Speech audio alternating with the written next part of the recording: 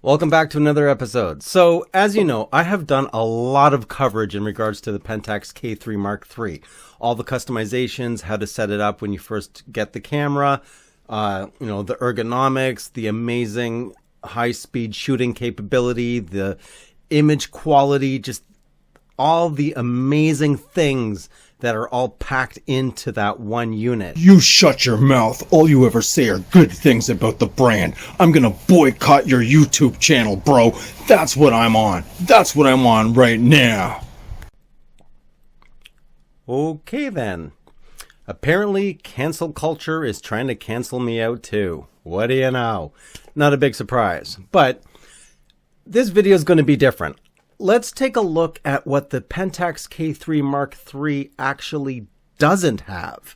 Yes, you heard that right. There are items in the K3 Mark III that are missing.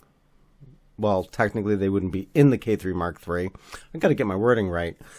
Let's take a look at the things that are missing from the Pentax K3 Mark III. Yes, there are items that are just not there, that have been in the older cameras, even entry-level cameras.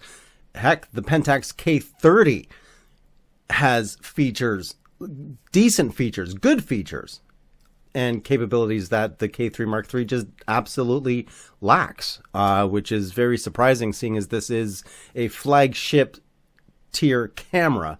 So you would expect that this would at least have all the same things, but it does not. So let's take a look at what's missing from the K3 Mark III. So we're going to start off with the Pentax K30. Now, what I'm actually referring to when I say what is the Pentax K3 Mark III missing has to do with the JPEG profiles. When you take an image and you go into the JPEG profiles, you have the option of setting different styles or processing. So you have your digital filters. And on the K30, as you can see, there's monochrome, extract color, toy camera, retro, high contrast, shading, invert color, color, tone expansion, sketch, which is interesting. Let's take a look at sketch here. So it's like a pencil sketch, and you have different parameters that you can change here.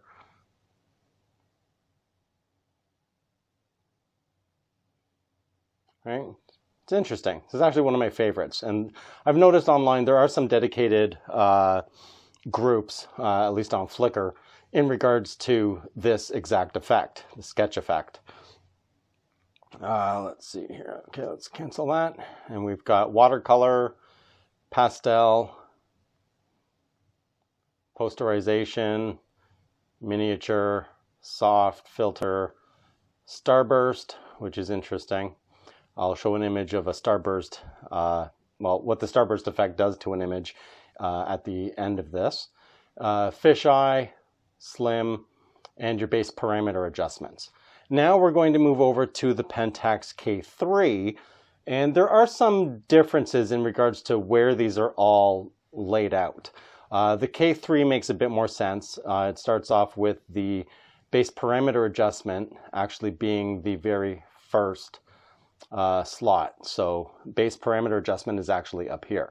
However, the K30 has monochrome. The K3 Mark I has bold monochrome. So there are some differences there, but at the end of the day, they are, for all intents and purposes, pretty much the same. The one thing that is very surprising, though, is the movie options. So remember, this is the Pentax K30. And let's just go into movie mode here. And let's see what movie options we have. And here at the bottom, you have interval movie. So you can actually record a time-lapse movie. That is absolutely missing entirely from the Pentax K3 Mark III, which is absolutely shocking. But let's take a look at the Pentax K3 and what the base parameter adjustments and the filters and all that fun stuff is, and the interval movie on the K3. And here is the Pentax K-3 Mark 1, similar image. Now let's look at how this is laid out. So you've got your digital filter, and it starts with the base parameter adjustment, and then extract color, toy camera, retro, high contrast, shading, invert color, unicolor bold, and then bold monochrome. Tone expansion, sketch, watercolor, pastel, posterization. Let me actually change this here. The not sketch, we'll do starburst. Posterization, miniature, soft, starburst, fisheye, and slim. Now let's go in and add some starburst effect here. I'm not sure if you can see, but right here there's a couple of lines. Starburst effect, and as you can see, if I go down here, it's less and less of an effect if you pay attention right at the edge here.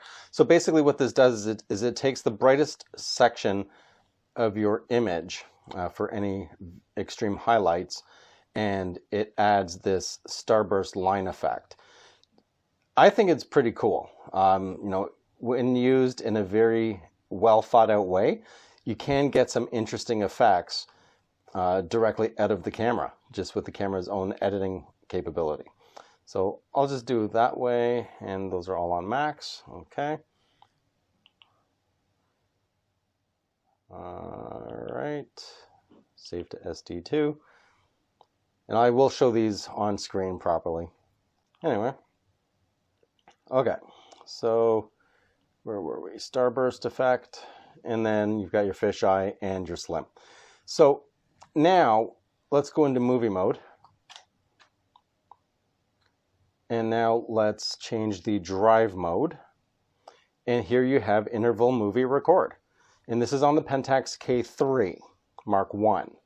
And you can change all your settings, and this does allow 4K interval movies, or you can go to HD. So 720, 1080, 4K. And yeah, so this will allow you to record time-lapse movies. Now let's move over to the Pentax K3 Mark III, the newest and greatest flagship camera that does not have all this stuff.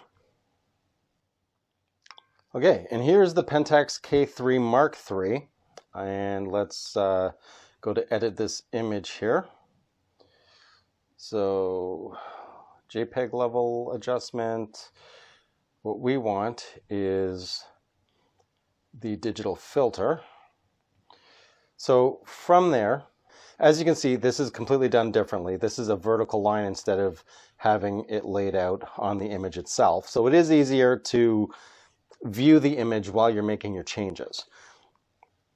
So extract color, replace color, toy camera, retro, high contrast, shading, invert color, unicolor bold, tone expansion, bold monochrome, grainy monochrome, miniature, soft, fisheye, slim, monotone, and you can create your own picture frame and your base parameter adjustment. So this does not actually have some of the features for the JPEG processing that both the K30 and the K3 Mark I actually have. There's no pencil sketch, there's no starburst option. And now for the piece de resistance. Let's go into movie mode. And we're in movie mode. And now let's change the drive mode. All you have is remote, as you can see up there.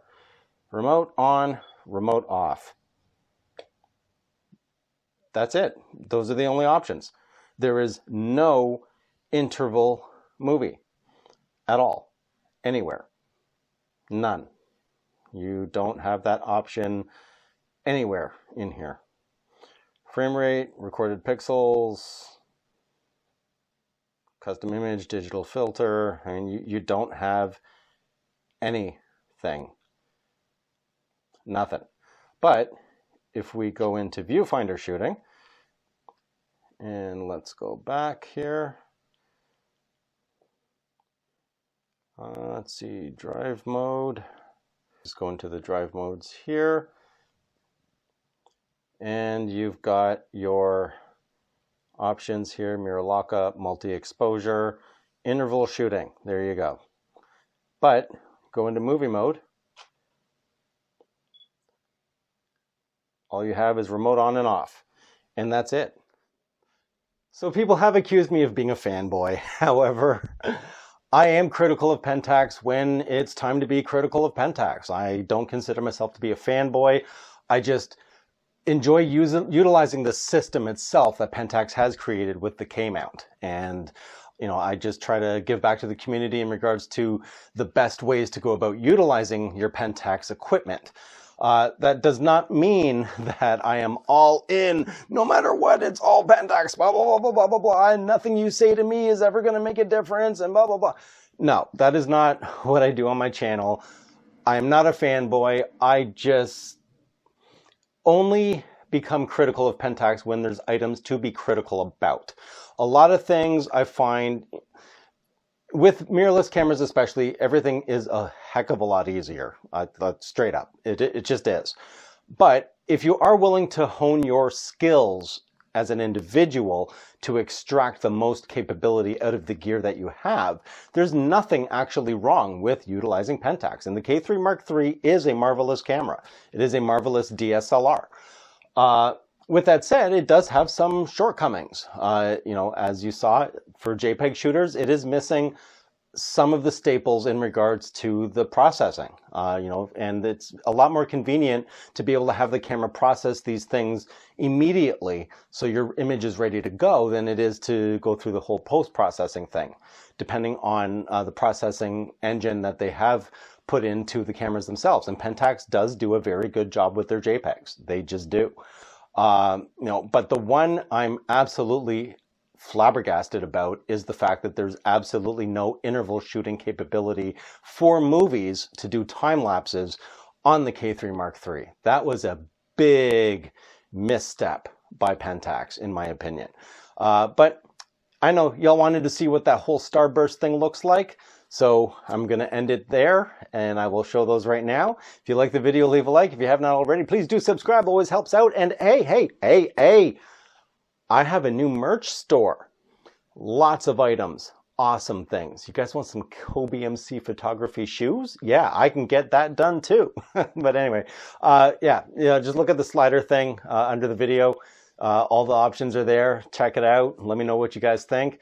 And yeah. You'll see me on my next video. I'm out.